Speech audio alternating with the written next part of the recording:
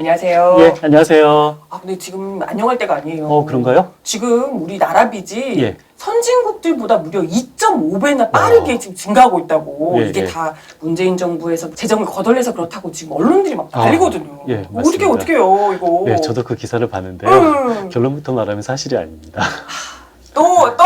또 사실이 아니에요. 예. 근거가 뭐냐면은 IMF 자료예요. 에? IMF가 보통 1년에 2차례씩 자료를 업데이트 하거든요. 어. 그런데 10월 달에 낸 자료를 보고 계산해봤더니 선진국보다 2.5배 늘었다라고 하는 거예요. 오. 근데 이게 왜 사실이 아니냐면은 4월 달에도 이미 자료를 냈었어요. 근데 4월 달 예측치와 10월 달 예측치가 변화가 됐거든요. 이게 뭔 소리냐면은 IMF 4월 예측치는 올해 2차 추경이 반영되지 않은 거고요. IMF 10월 예측치는 올해 2차 추경이 반영이 된 겁니다. 올해 2차 추경은 누가 할게요? 윤석열 정부. 그렇죠. 올해 2차 추경 때 윤석열 정부의 공약이 손실보상금 굉장히 화끈하게 주겠다가 공약이었어요. 그리고 2차 추경 때 손실보상금이 실제로 굉장히 화끈하게 나왔어요. 손실보상금 얼마 정도 나온지 아세요? 올해 2차 추경 때? 600만 원씩 받았어요. 저도 600만 원 받았고요. 윤석열 정부의 굉장한 혜택을 받았고요. 친정부가 되나요? 한우, 그래요? 그러니까 이것은 뭐 저는 국민들이 손실보상금 많이 주자라고 합의를 한 것을 윤석열 정부가 뭐 따른 거다라고 생각을 해요. 아무튼 결과적으로 올해 4월 달 보고서를 보면은 선진국과 우리나라 차이가 거의 없어요.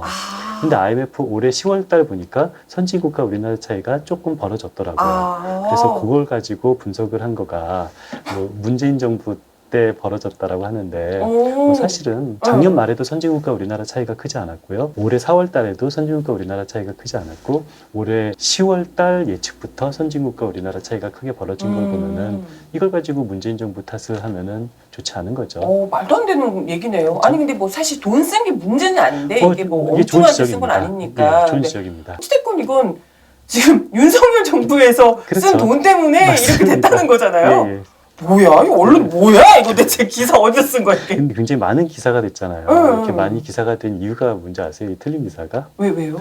이게 연합뉴스가 일요일 새벽에 기사를 올리면은 그게 거의 모든 언론들이 다 따라 쓰는 그런 이 동네 암묵적인 룰이 있어요. 뭐지? 이게 왜 그러냐면은 기자분들은 일요일에도 출근을 하잖아요. 조를 그쵸, 짜서. 그쵸. 왜냐면 월요일 날 기사가 나와야 되니까. 근데 일요일 날 조를 짜서 출근을 하는 기자분들이 좋겠어요? 싫겠어요? 싫죠. 일하기 싫지. 일하기 싫죠.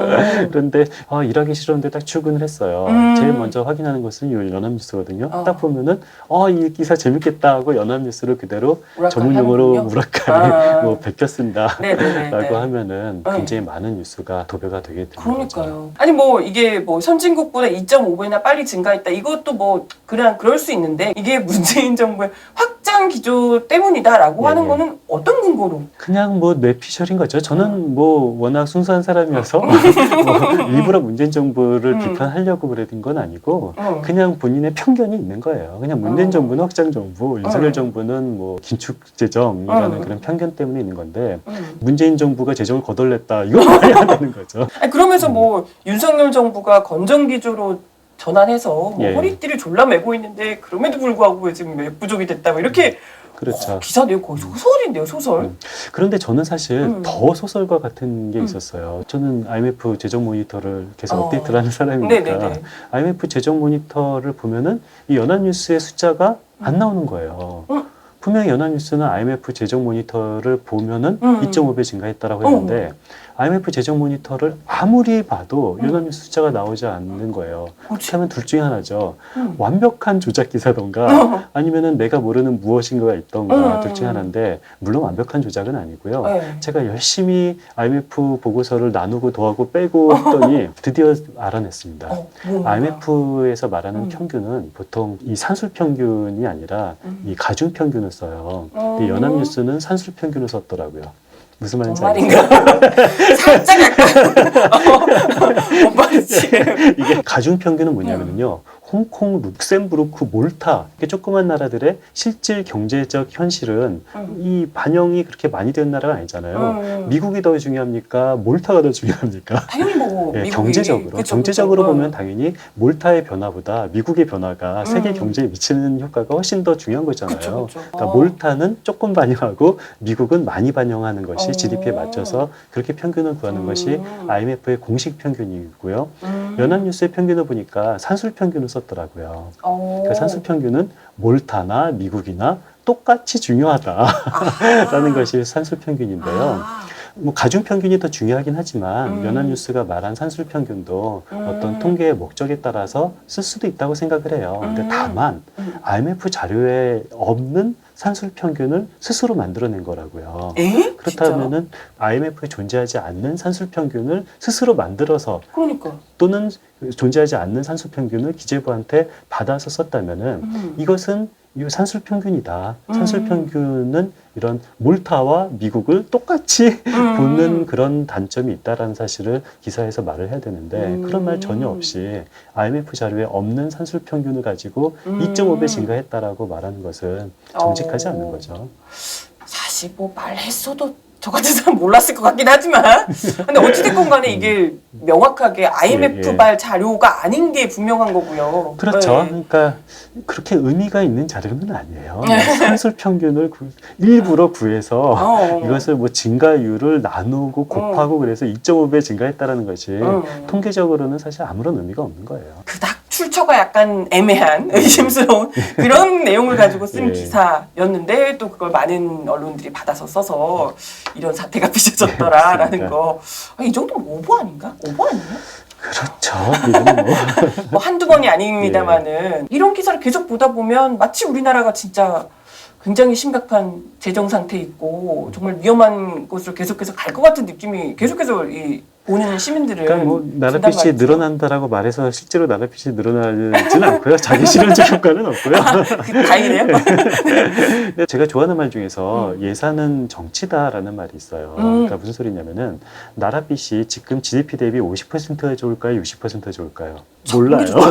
아니에요. 적은 게 좋은 것도 아니고요. 적절한 게 좋은 겁니다. 적을수록 좋은 것이 절대 아니에요. 적절할수록 좋은데 문제는 그 적절한 국채 비율을 아무도 몰라요. 저도 모르고 이 세상 어떤 전문가도 알 수가 없어요. 그 말은 적절한 국채 비율은 어떻게 정하냐면요. 국민들의 합의를 통해서 정치적으로 정해야 된다는 겁니다. 국민들이 올바른 정치적 합의를 구하기 위해서 가장 필요한 것은 뭘까요? 제대로 된 현실 진단이죠. 제대로 된 현실 진단을 통해서 국민들이 50%로 정하자, 60% 정하자, 또는 40%로 정하자라고 해야 되는데 이런 식의 기사들은 제대로 된 현실 진단을 불가능하게 만들고 현실 진단이 잘못되면은 합의도 안 되는 거죠. 가장 적으면 좋지 않을까요? 라는 그렇죠. 이런 잘못된 생각을 할 수 있는 나라빚 0이어야 되는 거 아닌가 이런 생각하거든요. 예를 들어서 삼성전자 부채가요. 0이 좋을까요? 아니에요. 삼성전자 굉장히 똘똘한 기업이거든요. 사채도 있어요. 왜 사채가 있을까요? 현금이 없어서? 아니에요. 현금 엄청나게 많아요. 그런데 삼성전자는 생각하기에 가장 적절하고 효율적인 부채 비율이 있는 거예요.